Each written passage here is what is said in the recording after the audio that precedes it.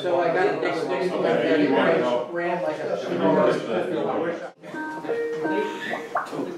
Okay, no talking. quiet. Hello. All right, can you see us? Yeah, I can see a couple of guys. Hi there, waving back. Yeah, we can't get the whole room in, but the important people are here.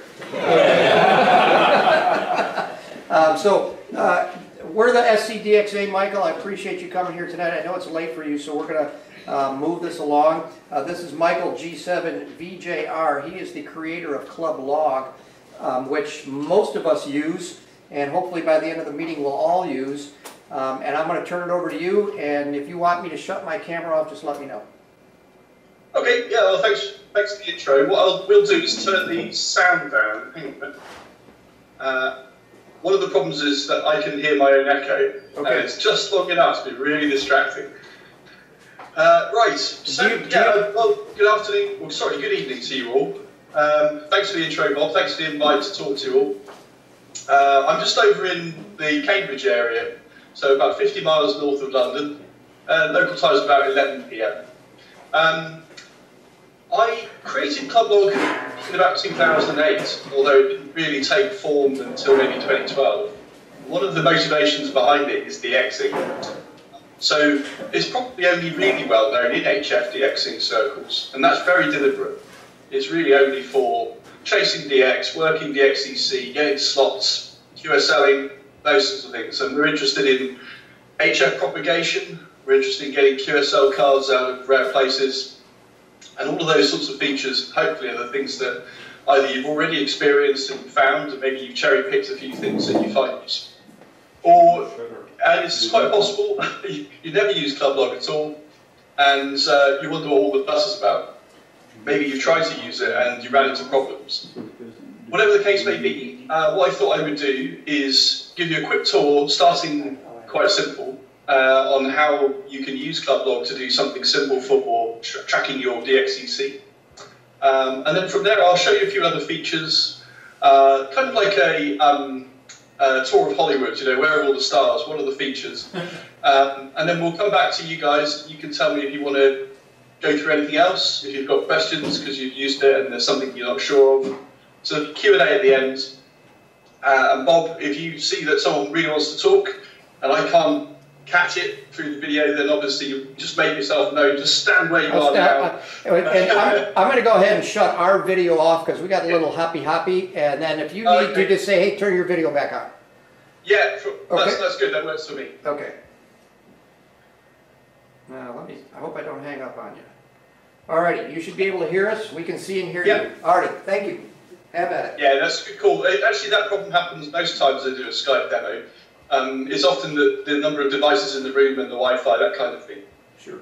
Right, so what I'm going to do to start with is switch over to showing you my screen. Let's do that. At this point, you should be able to see Club Log, but not see me anymore. Shout if that's not right. That's correct. We're good. Okay, so when you get to Club Log, you get to log in. You should log in probably with your call sign, but if you didn't know already, if you've got multiple call signs, you can log in with your email address as well. And I've got this little demo account that I've already created. If you've never used Club Log before, just click this button that says register new account, and that will do the same process as you might see, say, with a new email account. You know, it will send you a message, ask you for a number, prove that you're really you, that kind of thing. When you log in, you'll get to a page a bit like this, and to start off with, you won't have a picture of yourself, and in this case, for example, I've got some call signs that are actually on my account. So basic orientation is that when you've got a new Club Log account, you want to click Settings first of all. This is where you set your name, your email address, and if you want to, you can change your password here and that kind of thing. I'll set my photos, just click here, change. I've actually uploaded one and I'm ready to go. So if you've tried this and you're not sure how it works, just to be clear, you can drag using your mouse. You can put a window onto the photo, a particularly windswept picture of me somewhere in Scotland. Crop it a little bit so it's a decent photo, and then click the confirm button down there, and it will create the photo you want. Click save and finish. It's nice to personalise it because your photo appears when your call sign appears in quite a few different places. So rather than being an anonymous blob, a photo of yourself or your shack or a pet, something that's more personal. Now, the second thing that you need to do is get some call signs in. So this is the button you need up here. In this account at the moment, I've got quite a few call signs already set up. A few years ago, you might remember this if you were busy on the bands at the time, there was this thing called the 9 Islands Challenge in the Azores. And I was the operator at C9AC on Corvo Island. And we used the club log account to upload all the logs for all the different islands. Don't see the CU prefix too much anymore, which is a great shame, but anyway, that's why they're all there. And down at the bottom here, I've got my US call sign M3. What I'm just going to do is just delete that, get it out of the way, and then I'm going to go through the process of re-adding the call sign so that you can see how it works. So hopefully you can see though that there's no restriction on just one call sign in your account. So you shouldn't have to log in with, say, lots of different club log accounts. Just log in with your own email address and then put the call signs in there. So new call sign, M3QI, put that there, and you'll see it's added with 0 QSOs. Once you've got a call sign, you can upload your log. And that's on this menu up here. So in this case, what I'm going to do, so I've got an ADIF file. And you'll notice you've got a pull-down list. You get to choose which call sign it is. Be careful with this, because if you've got lots of different call signs, it's really easy to upload the wrong ADIF to the wrong log. So you pick the call sign, and then this button. Now, normally you're going to merge your log into ClubLog. When you upload your ADIF file, what's happening is it's going to dedupe it for you. So there's no way for you to upload same QSO to place.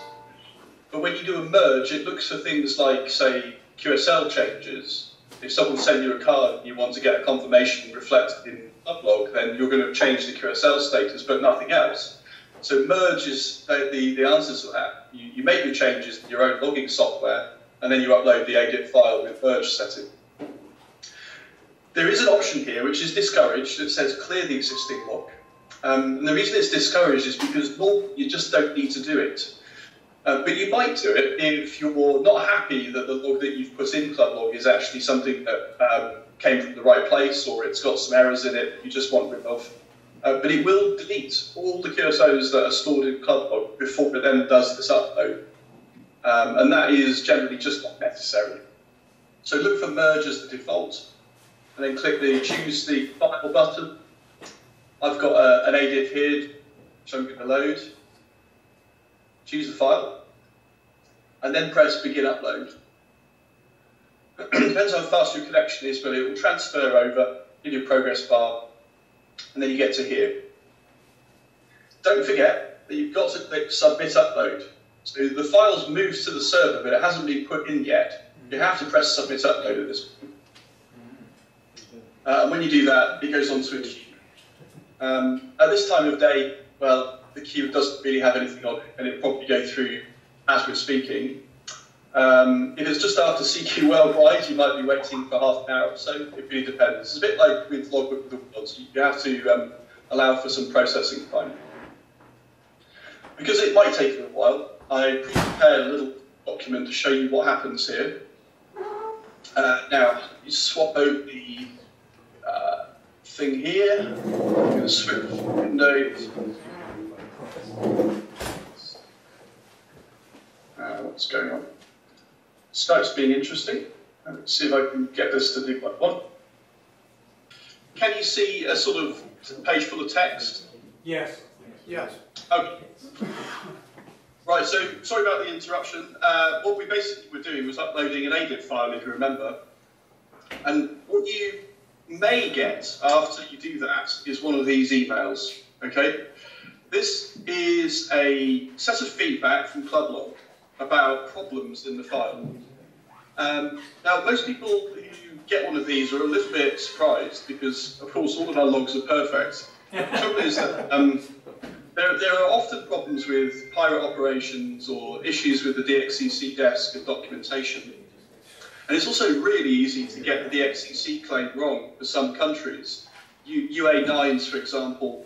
And what I've got here is a few examples which I think are actually quite good ones for what might go wrong. So here, for example, UA9AJK has been logged as European Russia, but is actually Asiatic Russia. We've got EA9HU, which you might say was definitely seized from Melilla, but it's not. In fact, on this occasion, he was in Spain. There are others here, like these special event call signs, where you might think it's in Spain, but actually it turns out they were in the Canary Islands. Now, Clublog has a set of data about this kind of thing, which is maintained by Alan, 5B4AHJ. And it's an extremely detailed register of all this kind of exception and logic for DXCC. And in fact, there are nearly 20,000 of these special records. If you get one of these, do not panic. What you want to do is click on the link that it says about the comments. So let's go down and look at one that's interesting, say 9E2ABL, which looks like a nice QSO. I'll click on the link and brings up the record that says actually it's invalid. The station was a pirate, and there's a link to hamspirit.com where it talks about what happened and who it was. So you basically need to adjust your log if you get one of these. And it's typically going to be the same old culprits, like this 5 Norway. I've got a few of those. 4S7DXG, a very common one. So don't panic, just read through it, and if you feel like it, you can change them. Bear in mind that all of the fixes that Clublog wants to make, it will make. So they're already changed for you in Clublog. The only thing that's not happened is that it's been changed in your local logging software. Okay, so let's put that away for a second. Here's my local log. Can you see a sort of lilac-coloured application that come up? Yes. Yes. Thank you. So this is my logging software, Rumlog. So I'm a Mac user. I use Rumlog. And if you've got logging software like, say, Logger32 or DX Lab Suite or indeed Rumlog, they probably already integrate with Clublog.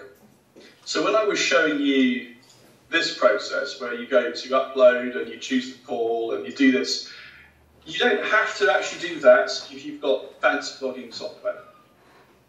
Let's take Rumlog for an example. If I go into its preferences page, so this is all the, the general things that you get, like who you are, where your locator is, and so on. Somewhere in all these menus, and it's usually easy to see, even in lots of different software that's out there. There'll be somewhere that says, what's your Clublog username and password? And maybe it offers you this thing about real-time synchronization. So if you want to try that, what it will do is, every time you log a QSO, it will send it to Clublog quietly, without interruption, on your behalf. You put your username, which is either your email address or your call sign, as I was saying, your password, and then the call sign. This is really critical. Make sure you're actually doing it with the right call sign.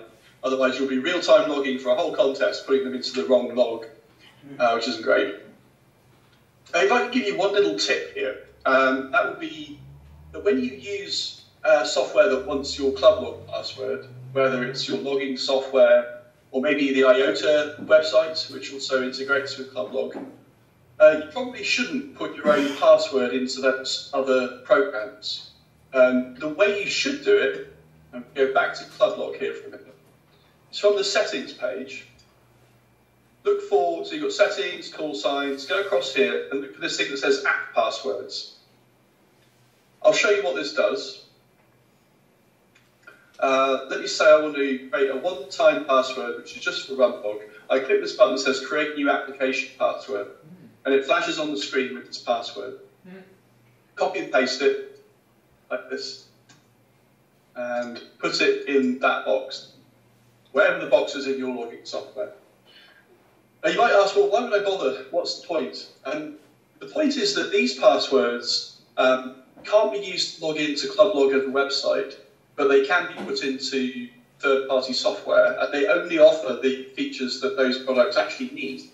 So it's easier for you, because if you do change your main login password, then you won't have changed all of the application passwords.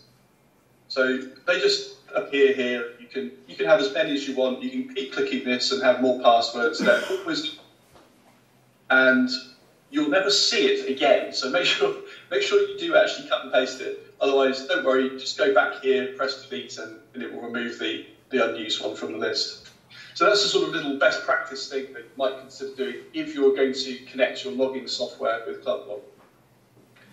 I'll just close that for a minute. If you're not going to, then don't worry, because most log software, long before anything like ClubLog was around, would have already had the feature that I used, which is to export an ADIF file. That's your interchangeable format parameter radio logs. So in RunLog, I just go to Logbook, and then looking down this list, you've got lots of options here, but export all QSOs as ADIF. And if you do that from this software, you can create one of those ADIF files like the one I uploaded.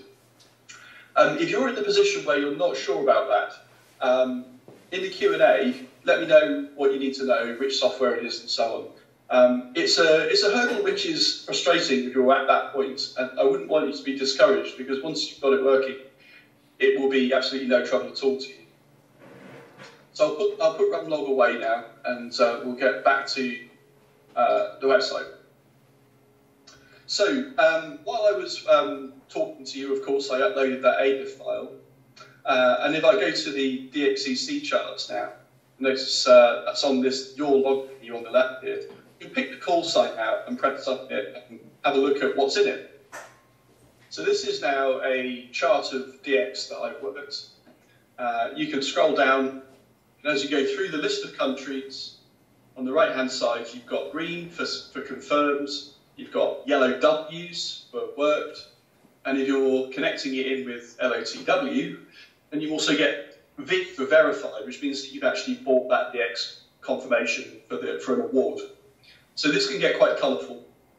And of course, bad news, if you, like me, if you're not on #1 on a roll, then you're going to have some things in pink, which is that you haven't worked that DX at all.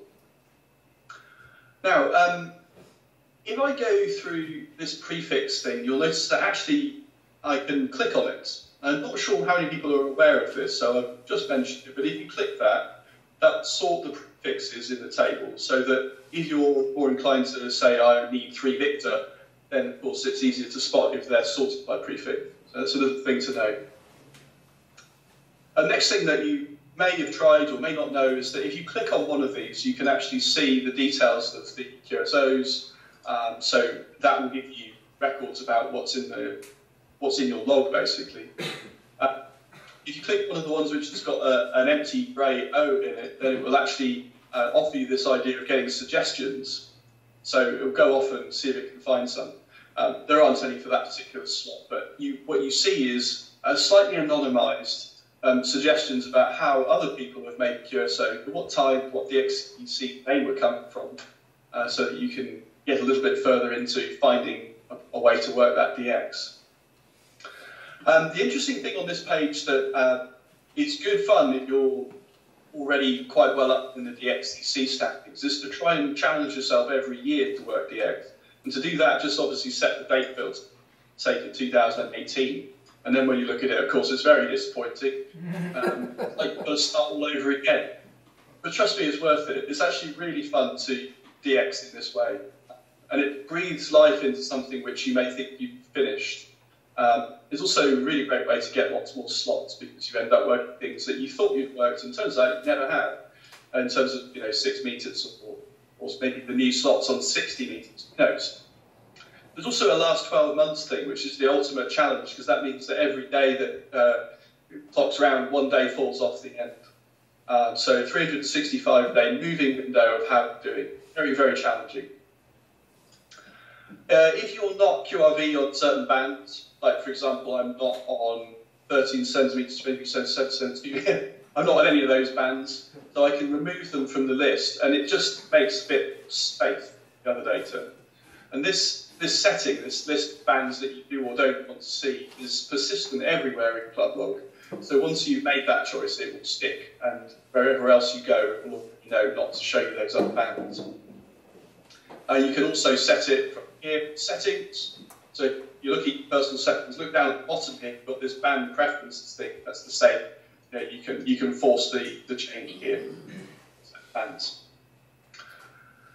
Okay, right, so another thing that comes up quite a lot on our help desk, and especially affects US DXers, so probably there are people in the room there that have this issue, is what happens if you've got a few different call signs? So for example, let's say that you started many years ago with a technician or a general class license, and you've got that call sign, and you maybe used it for quite a while, and then you upgraded it and got a nice 1x2 US extra. Well, in that case, you're going to have something like this. So let's see, 8680 as well. Now I've got two US call signs, 8680 and N3QI. What I could do is combine those logs for DXCC credit, and just like you might do in Look at the World, but in this one, you're looking at the button here that says linking. Now, the rule is that you can only link call signs which are in the same DXCC as your primary call sign. At the moment, I'm just seeing all the Azorian ones. Let me just stay back here. I'm going to make N3QI my primary call sign. So that's like my most active, common used call sign. And then when I go to linking, it knows that one other call sign is in that same DXCC entity, 8680. So I can check that box and update the call sign links.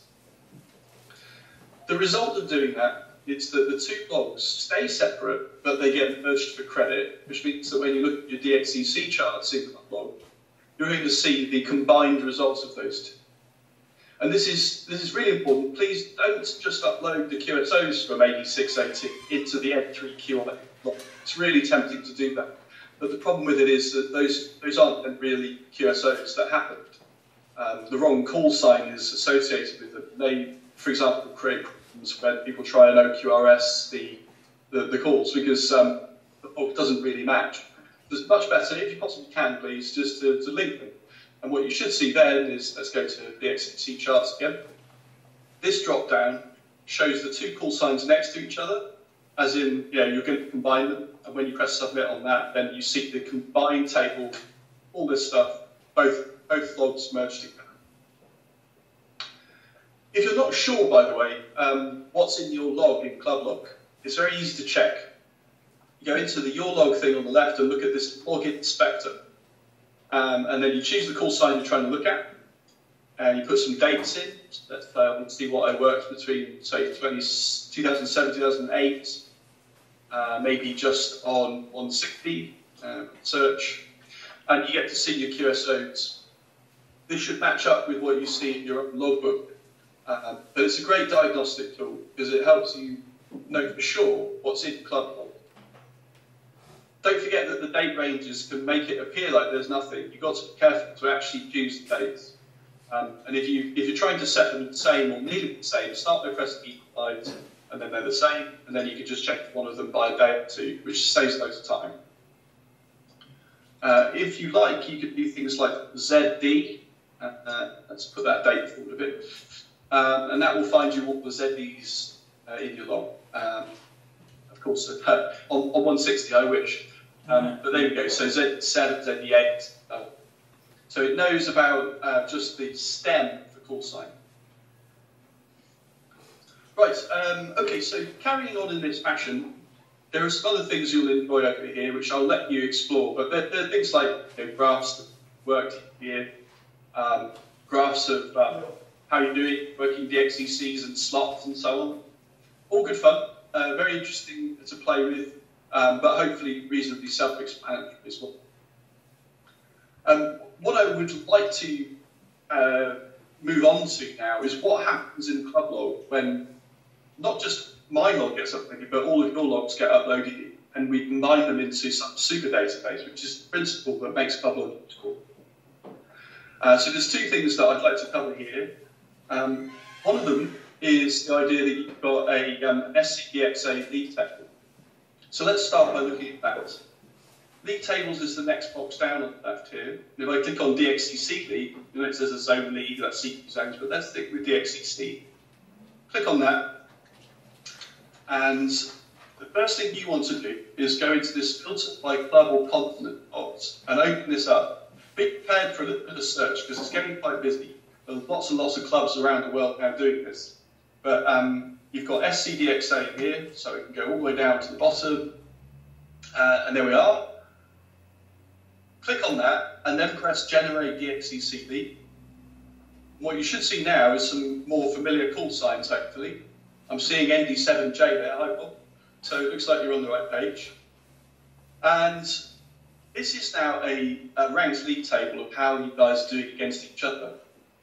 Now, two things to say really. One of them is the more senior you are and the more time you spent on the battles, probably the higher up you're going to get, because certainly above, say, 320, it gets very much a waiting game. And don't forget that you do this, since it's just 2018, and everything changes. Now we see that activity now, today, is valuable in this league table, whereas having worked lots of DXCs in the past will obviously have more benefit to you on the all-time league table. This is a really personal choice, of course. There's no right or wrong about it. But if you need motivating and you want to have a bit of friendly rivalry, then this is how you do it with Club Log. And of course, the ultimate challenge again, the last 12 months rolling window, so you can't even go on holiday now. And maybe you could say I just want the CW league table, so that's up here, press generate. And you can see that there's always somebody who's specialist will put them in a position where they're sort of, I suppose, more competitive, if that's what you're looking for. The feedback I get on this is that it creates friendly competition, which is more real, more enjoyable, because you're all in the same club.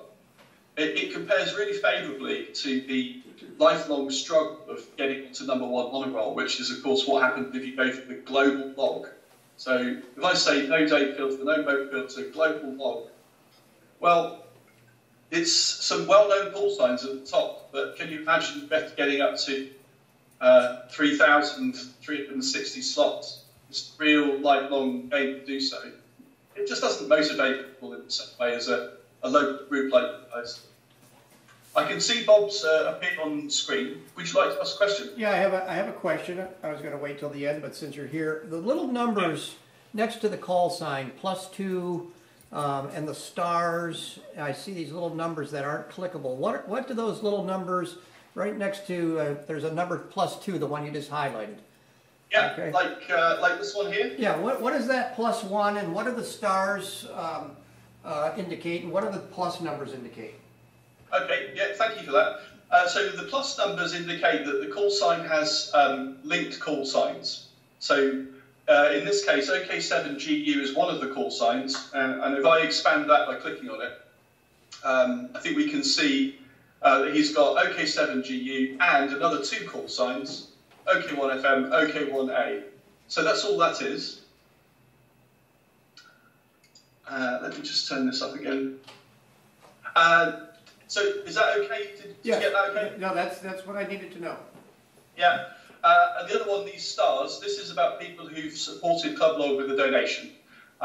If you donate any money at all to Club Log, you get a silver star next to your name. And occasionally someone sends an unusually large sum of money, and then they get a gold star. And that lasts for a year after you've made a donation. It's recognition really for the help, because Club Log is otherwise completely free, which is really important to me. I never ever want it to be treated as a commercial product. Right, okay, let me move the zoom back out again. There we go. So that's your league table feature. If you haven't already, then that's something to try. And don't forget that you've got to actually appear on the league table in the first place. So, for example, if I go here and you thought, well, hang on, shouldn't I be on that list? Because there's only, I think there's something like 53 people there. The way that you get yourself on the list is, again, from your settings page. So you have to nominate yourself to join the club. So you go settings, call signs, link, right, here it is in the middle here, clubs. And it says you're not a member of any clubs. Let's say that I want to join you guys, so I'm going to go down here for SCDXA. There we go. And then I click the button that says join clubs. If you're joining a few at a time, by the way, you can hold down the control key and you can click a few like this. And then when you're done, you press join, it joins you to all of them. Let's say I do that and then press join clubs. I'm now a member of the club, but it's got to be approved by one of the managers of your club on Clublog. I'm not sure who that is, but I'm sure that they're on top of it. And what will happen is within a day or so, I expect, you'll be added. The next time that those league tables get built, you'll be included. And at that point, you're part of the game, and you obviously need to just keep uploading your QSOs as and when you make them. If you zoom out one level, of course, it stands to reason that since clubs have members, why not have a league table of how the clubs are doing against each other? And that's what this club leagues thing is here. So let's see where SCD is. 72. 72. Oh, well, I think it's 70. It changes a little bit. So this is another thing that you can do as a group. You can participate more in the league system, and if you get more members involved, of course, it's very likely that you'll move up this list. A good place to be is somewhere in the top 25, but it is not easy. That means that your average DXECs per member have got to be something like 280 plus. But this is good fun, and actually it shows where the DXers are focusing their efforts, concentrating their efforts.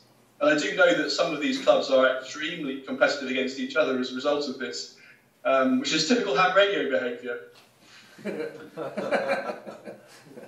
Okay, there's a few features there. Now, because I don't want to go on too long for you, I'm just going to skip ahead. There's things that you might want to explore there. But let's just look at another thing which has happened in Clublog as a result of you uploading your QSOs. So I want to be really clear about something here. Every time you do upload your log, although it is held in total privacy, nobody else can look at it in detail, not only you.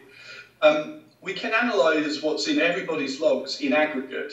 This is sometimes called big data, the idea being that we'll take everything we can and we'll try and extract trends from it.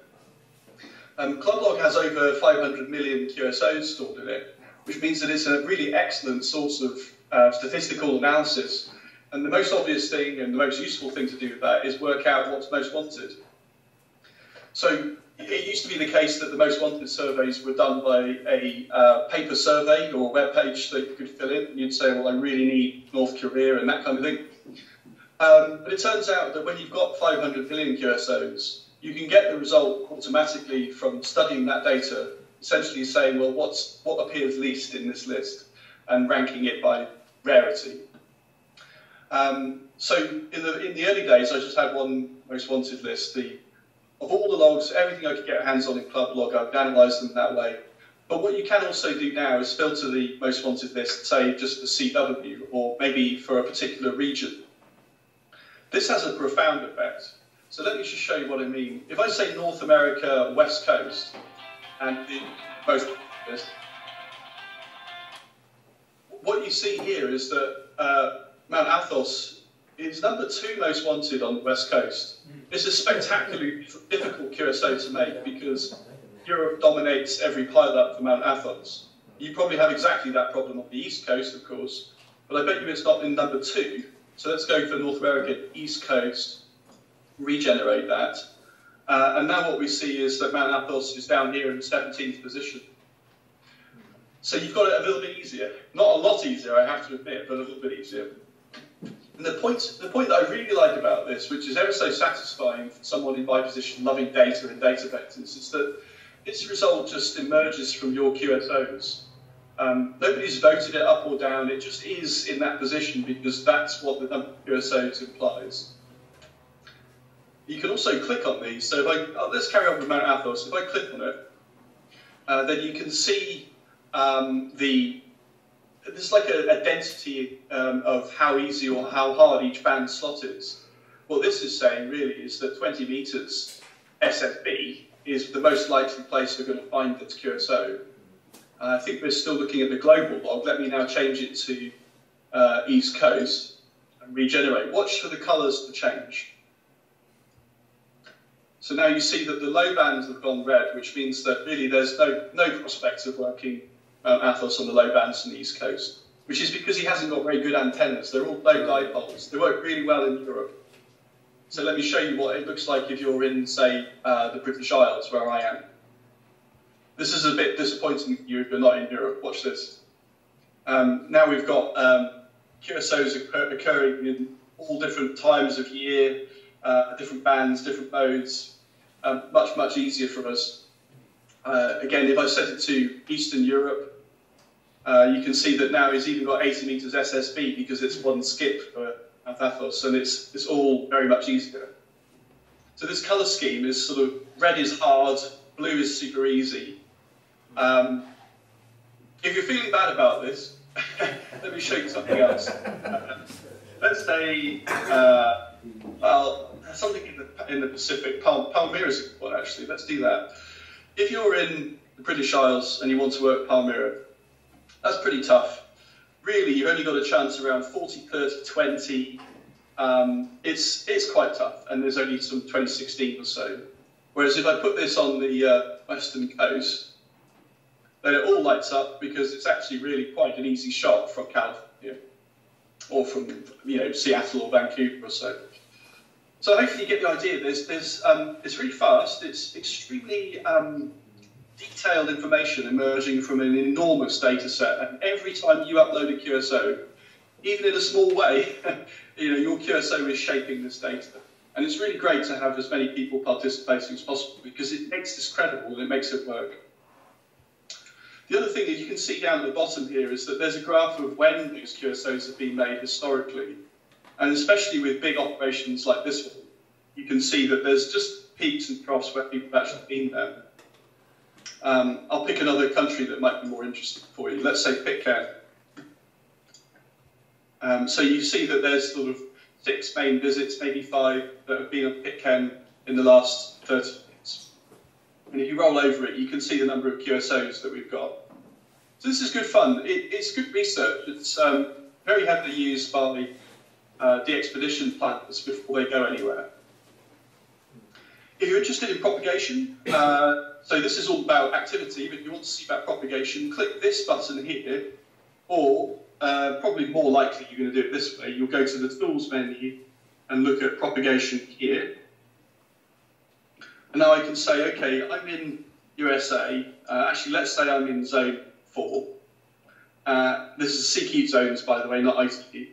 And I'm interested in working, let's pick something interesting. Well, New Zealand, maybe not, I don't know. Let's see, something difficult. Papua New Guinea. Right, okay, so run the propagation report. And we can see, you'll be familiar with this from the expeditions. You get a bar chart showing you the time of day. It's all in Zulu, so BMT, with peaks around where activity has occurred. What's interesting about this is that it often does take the shape of the curve. And yet, it's not a prediction. These are the historical records. And here, I picked this one because I thought it was interesting that you can see that there's a short path peak around 12 Zulu, and then there's the long path around 21 Zulu. And what I love about this is that it fits what you expect if you're active on the bands and you listen and you look for openings. And yet it's actually just emerging from the statistics because there's a lot of QSOs that we can call on. So I love playing around with this if there's an expedition coming up because it gives you an insight into how it's been in the past. Another thing that you might like about this is that if you take 2 DXECs, and let's say for these purposes we're going to take Romania and Nigeria, there we go, 2 completely random countries. What about QSOs in August in the last 12 months? And what you get is nothing. Okay, so there are no green bars, but now instead we've got these predictions from VOACAT. So this is based on ionospheric modelling instead. So these faint bars are an idea about what the ionosphere might cause, even though nobody's actually made a QSO on that part. So we've kind of got a mixture of 2 different worlds here, propagation predictions and propagation extrapolation from what has happened in the past. Now then, at the top of this page, you'll notice there's a thing here that says you might also wish to try the Geographic Propagation Wizard. This is an interesting feature. I'm going to click it. You start with slightly different points of view now. What you do, first of all, is declare where you are. And then we've got a choice of 3 databases. You can use ClubLog, or the reverse beacon network, or just contest QSOs. I'm going to use the whole ClubLog QSO database and press go.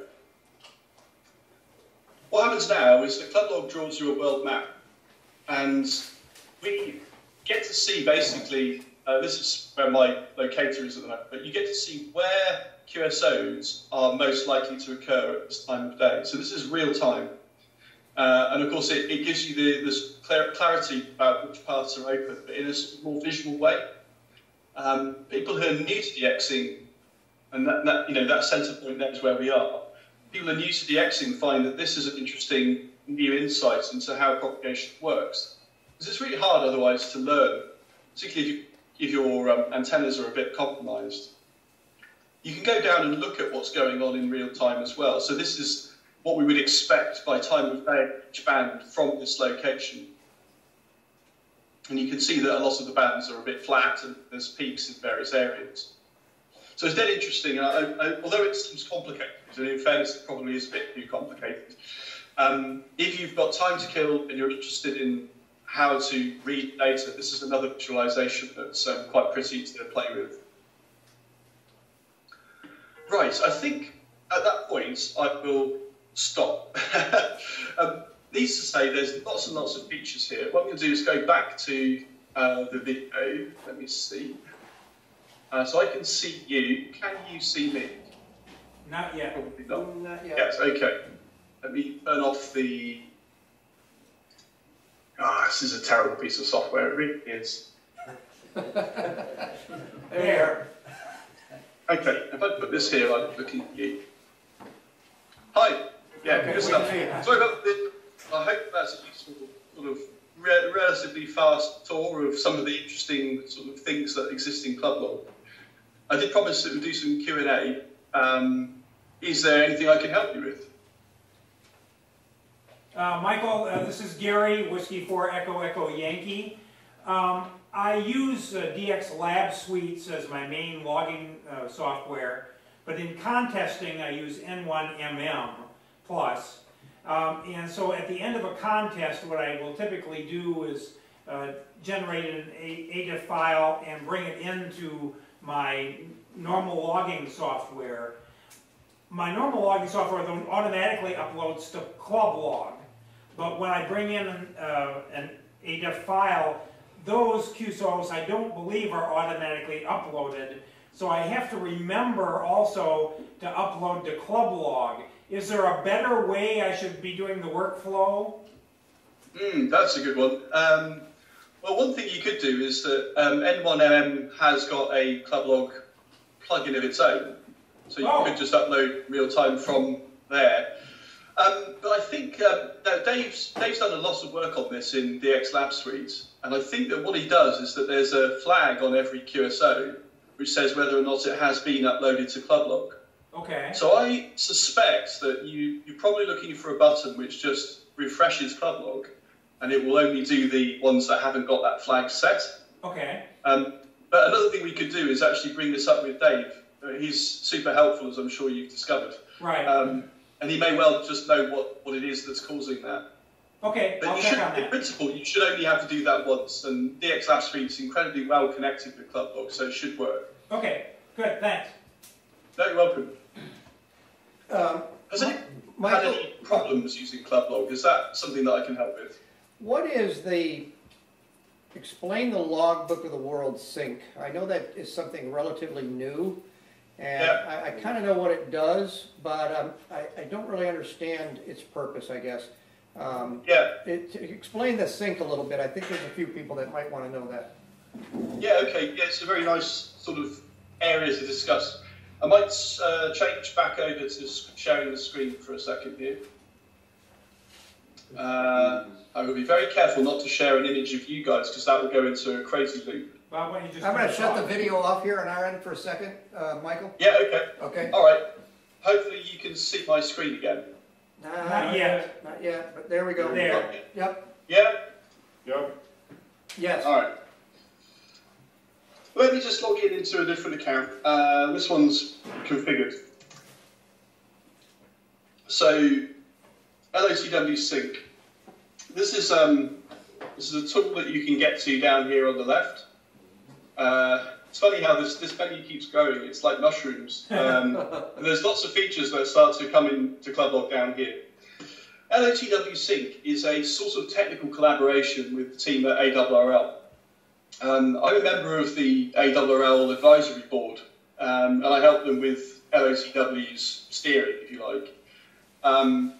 And one of the upsides of that was that it would be nice to open up more interfaces to LOTW. People like me writing software would like to, for example, have LOTW integration with ClubLog, so that every time you make a QSO and store it in ClubLog, we sign it and send it to Logbook. Another thing we might like is that if someone orders a QSL card from OQRS, from an expedition, we would like that expedition ID lead to be able to upload their QSOs to Logbook of the World as part of fulfilling that QSL process. Some of these things are not just filters that you can do with the nice desktop tools like TQSL cert. ClubLog can do things that you can't do with TQSL cert. So, for example, if I say I want to sign QSOs, there's a few options in here. Like, for example, I can choose to upload QSOs which have been requested in the Bureau or requested direct. Now, admittedly, we're going to diverge slightly into a topic I haven't talked to you tonight, which is the whole thing about OQRS. It's one of the problems with the short demo. But if you're running an expedition through ClubLog, which many do, then these features alone make it very useful. The other thing that I think is helpful is that this, for a contest group, say you've got a K3LR style situation, lots of people may be adding to the log, but only one person might have the LOTW certificates actually installed on, say, a laptop. And if Tim's away, it is actually quite useful that the certificates go into and get stored with ClubLog, which of course you can access from any web browser. So rather than, say, doing everything on a computer, we're now doing it in a website, and that is the critical sort of innovation, if you like. It's convenience as well. It may not achieve something that you couldn't do before, but for example, you can do this thing where you synchronize your QSOs. So I think I can go and get my let's go and get my latest matches from LOTW. What is it? Remember my password. Let's do that. Say that we're free and let it sync my latest QSLs across. So what I haven't done there is go to LOTW itself, download my matches, then upload my matches into my logbook, say DX Lab Suite, and then get an ADIF file and upload that to ClubLog. All we're doing is shortening the chain of events down to a few buttons instead of many. So the thing which it cannot do, and I must admit I find this a bit disappointing, is it can't just automatically go off and do this behind the scenes 24/7. There's a very strict security policy on Logbook of the World, which means that we can't unlock your certificates, these certificates, without you being there in person. Which means you've got to be in your browser with your mouse and keyboard. And when you say you want to sign some QSOs, you've got to enter a key, or at least have a cookie stored that says that you do approve and that you've done this before. What I would really like to see, and I think it's what people perhaps are hoping for, is that one day there'll be an option number 4 here on the right of this sign QSOs that says, do everything for me automatically behind the scenes. Get all my new matches in automatically. Send all my new QSOs out signed automatically. We're not quite there because, in fairness, the ARRL has other priorities. And security is still a very, very high priority for them. So they're reluctant to just let you do it. But that's where we're at with it. I hope that sort of puts it in better context for you. Thank you. Very good, thank you. Stop sharing. Let's put the video back on for you. And I'll put ours back on. Is there anybody else have questions? Bob, the question we had about the inspection, where we were showing the differences. About the what? Where we were looking at the difference in the log. You and I were looking at log. Log inspection? Yeah. Okay, so Jim, K9JDP, would like a little bit more information on log inspection. Specifically, what is it that you're... It was the difference in the log, the errors, the discrepancy in the logs between club log and the LOTW. Yeah, okay. Let me take, let me just clarify, do you mean that you've loaded something that you had in LOTW and club log has sent you an error message about it? Michael, if I run the report as it is right now, it's like 500 and some odd error messages that show up in there. And it all appears to be basically grid stuff, grid errors. Yeah, the data that's in Logbook of the World is extracted in an ADIF file. So it's like you've uploaded something from a logging program. But the problems occur where the team at ARRL have transcribed something from a QSL card and they don't enter all the data correctly. Or perhaps they only enter the date but not the time. Sometimes they only type in the prefix of the call sign. So this is very historical, they don't do this anymore. But there was a period where really the only objective was to get you the DXCC credit. And so the actual details of the QSO didn't get entered correctly, they just did the minimum because they were busy. And those QSOs now, when they come out of LOTW, obviously do cause a problem. And there would be a problem loading into your local logging software as well, of course. And there's a few more questions here. Who else? I saw some arms go up. Dick, go ahead. This is Dick, KD4S, and about a year ago, I'm not sure of the timing, I used the synchronization tool to upload Logbook of the World to Club Log. My expectation was that all the numbers would be the same, but they're not. How do I identify where there's discrepancies and what do I do about it? Yeah, this is a frustrating one. It's actually the same root cause. So I'm going to make an assumption that you've got some QSOs which probably are around the time or even predating when they computerized DXCC. So what you'll have there is that there isn't a record in LOTW that is complete enough to actually report on, say, which DX you worked to get KH3, say. Choose any rare DX from the 80s or something like that. So you know you've worked it, you've probably got the QSL card, but the actual matching up that says there it's this QSO, this call sign, flip the bits, verified, just doesn't happen because there isn't a close match in the data or no match in the data at all. It affects older QSOs because computerization of logs and the LOTW program itself were just 2000 or so onwards. You know, the mid-90s is the messy bit, and before that there isn't really anything. In terms of how to diagnose it and get to the bottom of it or fix it, if you've got time, the thing to do is to update your log. So rather than rely on LOTW as a source of truth, because it can't do that, look at your records and try to get the QSL statuses of each QSO that you care about, at least, you know, the rare ones, marked manually in your log as verified. You can do that even if LOTW doesn't say it, if you know that that's correct. And you may have some pieces of paper from each DXCC application that you've made to help with that. But yeah, it is a frustrating one, unfortunately. Okay, and I know there was somebody else, Dave? Yeah, if you could just comment on best practices on OQSL, I'm a relatively new user. Yeah, sure. Are you interested in making requests for cards or for receiving requests? I've made several, and none have come back yet. The PayPal transfers work, but the cards never show up, which I know isn't a problem with your program. But what kind of user feedback have you had in that area? Yeah, it's very hit and miss with certain areas. Was one of them 5A1AL, for example? No. But there was there is a problem with that one. Yeah. Yeah. So when you're using Club Log, I'm going to share screen again.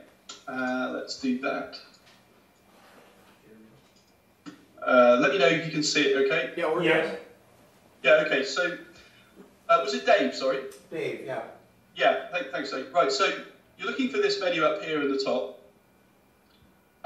You've got two features here. I mean, these are all my DX expeditions and whatever that I've done. You've got inbound, so this is where you're accepting requests, and this is what the guy on the other end is looking at. And then you've got outbound, which is where you've made a request. And when you do make a request, you'll get this page. Now, yours won't look the same, but you'll see something similar where you've got each call sign that you've worked. Oh, wow, that's a long list of prompts suddenly. You've got these lists of call signs you've worked, how much you paid. This is the club log invoice number, which you might find in your emails if you search for it. This is who it went to on PayPal. That's the PayPal transaction number. Now, this is quite heavy on evidence, and there's a good reason for that, because obviously what you need is the ability to chase these up if they don't do it. When you do get a card and you mark it as QSL in your log, then that's where these green ticks are coming from. So for anyone else in the room that's wondering, how do I get the ticks to come on green? It's just mark it as received in your log and then merge the ADIF that has that claim in it. What can also happen, and happens quite a lot I have to say, is this situation where you don't get the cards and you're waiting. And it's a reputational problem with some people. There are some very, very good QSL managers out there who would never let this happen. And normally, after a bit of prodding, you'll find that they've sent it or whatever. Bureau cards are always going to be a problem. I think there's a growing malaise in the bureaus of the world where basically bureau cards might take 2 to 3 years, possibly never arrive because they just don't do it.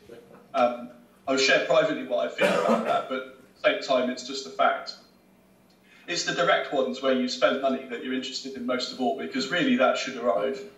It should be, well, first of all, you know that they've got the money. There's no doubt about it being lost in the post because there was nothing posted. The money's in their PayPal account. So really it might be that you've either got to wait a bit longer if they've only just come away from the expedition, or if it's been, say, more than 6 months, I think it's reasonable to chase it. I've got a QSL card which I really had to go for. Let me put this, can you see this card here? Yes. JT5DX. It's on top band. I was very pleased with that, but it took me a year to get it. And I had to send him some PayPal funds and explain how he could get the card to me and all the rest of it. And so sometimes it's just a cultural thing that you've got to get over. I think what's hard is that OQRS would appear to offer a guarantee, but of course it's actually just facilitating something that was always going to be the case, that you and a QSL manager somewhere have got to cooperate. So it's a bit difficult to make a promise, unfortunately. What I would be interested in, Dave, is which call signs are involved, how long you've been waiting, and when you requested them. Right. Yeah. Because if there's a real trend with a particular call, sometimes I disable their use of OQRS as a reminder to do it properly. Okay. I haven't seen some of these screens before that you just showed, so this is very, very helpful. Thank you. Okay. Another thing you might do, Dave, is if you've got something in this kind of a list, if you click on it, let's say, I'll take one at random, T33A, click on the green tick, it will show you what you ordered in quite a lot of detail. And it will also show when the OQRS has actually succeeded. Yeah, I didn't know that. I didn't know that. If I take one that hasn't succeeded, let's say, you can't see my screen, can you? Yeah, we can. Yeah. You can? Okay, good. If I click on this one, then you can see all the QSOs I made with Republic of Kosovo and which ones I actually requested and when. So 6.7 months ago. It's got the address for the QSL manager. So, I've tried to systemize this, but there's still a slight disconnect with some people. By the way, I heard a little resonance about my comments about 5A1AL.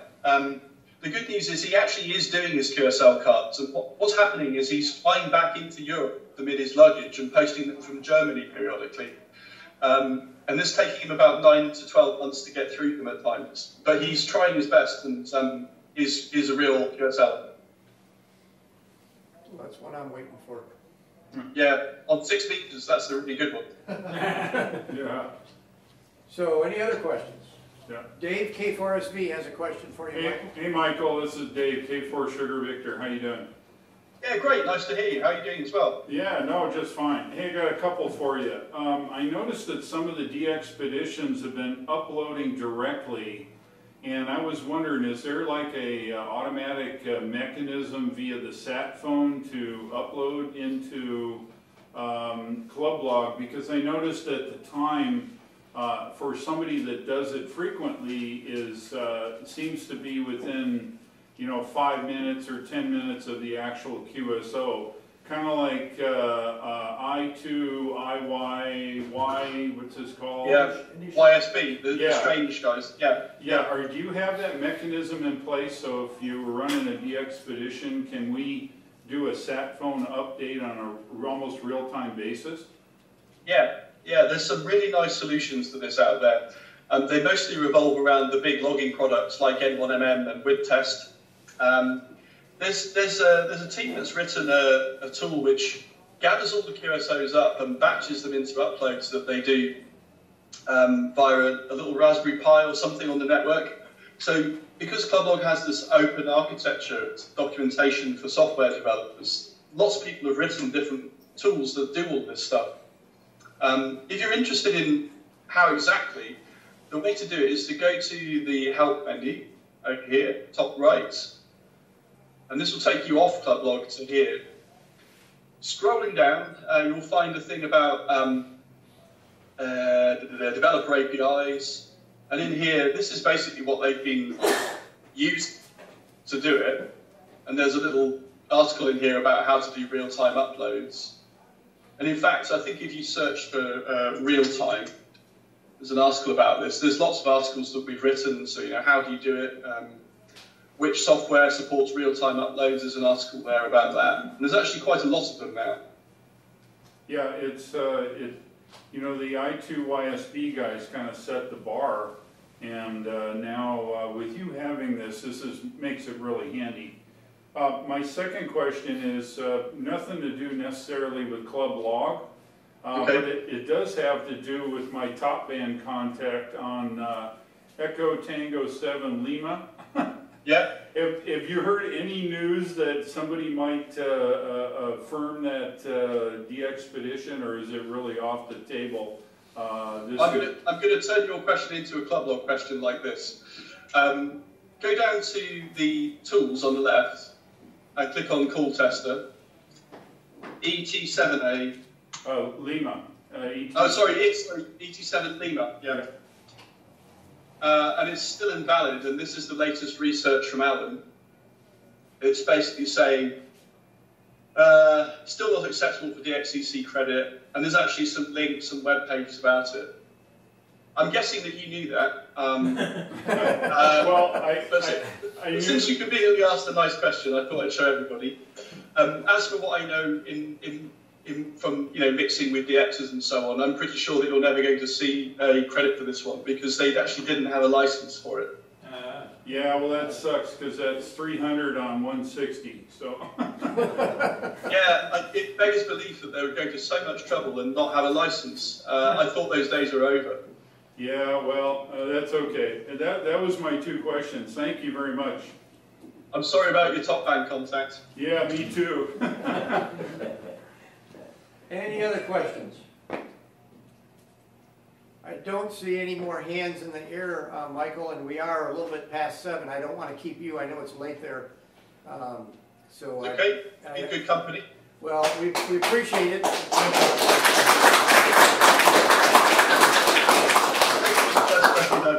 Well, we appreciate it. I appreciate your time, Michael, and I'll give you an email tomorrow, but I know it's getting late there, and I promised you I wouldn't keep you all night. So thanks again, everybody here. Appreciate you taking the time to do this for us, and I thank you as well. It's my pleasure. Thank you all for your time and interest. I hope you enjoy using ClubLog. It's brilliant talking to you. See you again sometime. Thank you. Thanks. Bye. Thanks, Michael. Bye.